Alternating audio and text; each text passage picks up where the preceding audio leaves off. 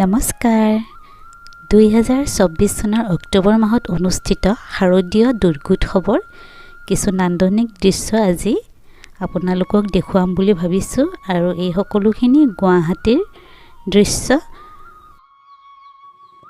ষষ্ঠীত দেৱীৰ প্ৰাণ প্ৰতিষ্ঠা কৰাৰ দিনাৰ পৰাই দশমীলৈকে বিভিন্ন পূজাথলীসমূহত ভক্তৰ লানি নিচিগা সোঁত আমি আমাৰ স্থানীয় জাপৰিগোগ নয়নপুৰ সোণালী এই ওচৰ পাজৰৰ অঞ্চলসমূহৰ পূজা চোৱাৰ পিছত আমি গ'লোঁ লতাশিল খেলপথাৰলৈ। এয়া লতাশিল খেলপথাৰ দিনৰ ভাগতে পূজা চাইছোঁ কাৰণ পূজাৰ কেইদিন বৰষুণ হৈ আছিলে আৰু লতাশিল পথাৰখন বোকাৰে লুতুৰি পুতুৰি হৈ আছিলে। তথাপিতো মানুহ কম হোৱা নাই, দিনে ৰাতিয়ে সমানে ভক্তৰ ভিৰ ইয়াত দেখা গৈছে। কাৰুকাৰ্য অতি চমক লগা। আমি দেৱী মাক সেৱা কৰি বাহিৰলৈ ওলাই আহিলোঁ। বাহিৰত বিভিন্ন দোকান পোহাৰৰ লগতে সৰু ল'ৰা ছোৱালীসকলৰ বাবেও বিভিন্ন খেলৰ সুবিধা ৰখা হৈছিলে। এনেদৰে আমি বোকা গছকি গছকি দুৰ্গা দেৱীক সেৱা কৰি বাহিৰলৈ ওলাই আহিলোঁ।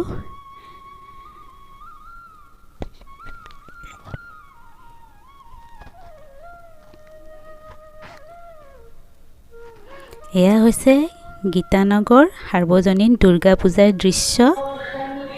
গীতানগৰৰ পূজাথলীখনত সোমালে আপোনাৰ এটা আধ্যাত্মিক ভাৱ নিজে নিজে মনত আহি যায়। যিসকলে গৈছে তেওঁলোকে অনুভৱ কৰিছে নিশ্চয়।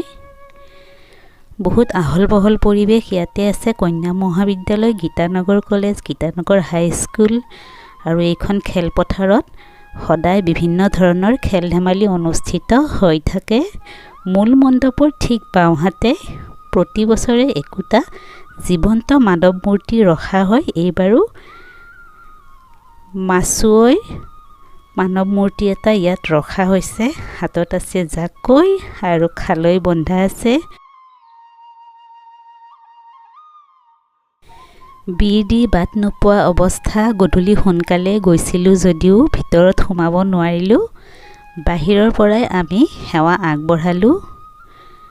এয়া বাহিৰৰ পৰিৱেশ। মূল মণ্ডপৰ সোঁহাতে বিভিন্ন খাদ্যৰ বিপণীসমূহ ৰখা হৈছে। সৰু ল'ৰা ছোৱালীৰ বাবেও খেলা সামগ্ৰীৰ সুবিধা ৰখা হৈছে। গীতানগৰৰ পূজা চাই আমি আহিলোঁ চান্দমাৰিলৈ।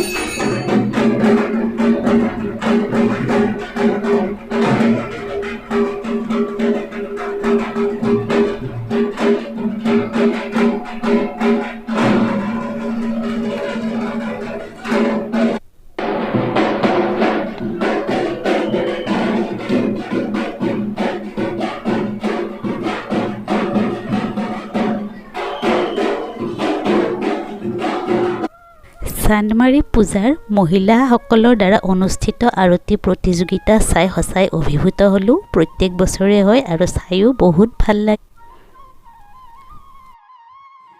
এয়া জাপৰিগোগ বিদ্যুৎ পৰিষদৰ কাৰ্যালয়ত অনুষ্ঠিত দুৰ্গা পূজা ভাগৰ বিজয়া দশমীৰ দৃশ্য।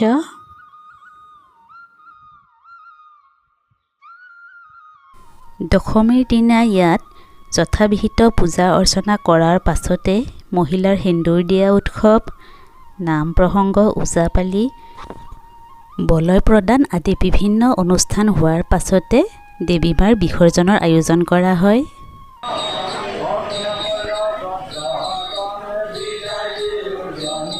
আৰু এনেদৰে 2024 চনৰ দুৰ্গা পূজা ভাগ আমি উলহ মালহেৰে উদযাপন কৰিলোঁ আৰু সকলোৱে দুৰ্গা মাৰ আশীষ ল'লোঁ। বছৰটো যাতে ভালে ভালে যায়, সকলোৰে ভাল হয় তাৰে কামনা কৰিলোঁ। আৰু ভিডিঅ'টো সকলোৱে চোৱাৰ বাবে আপোনালোক সকলোকে পুনৰবাৰ ধন্যবাদ।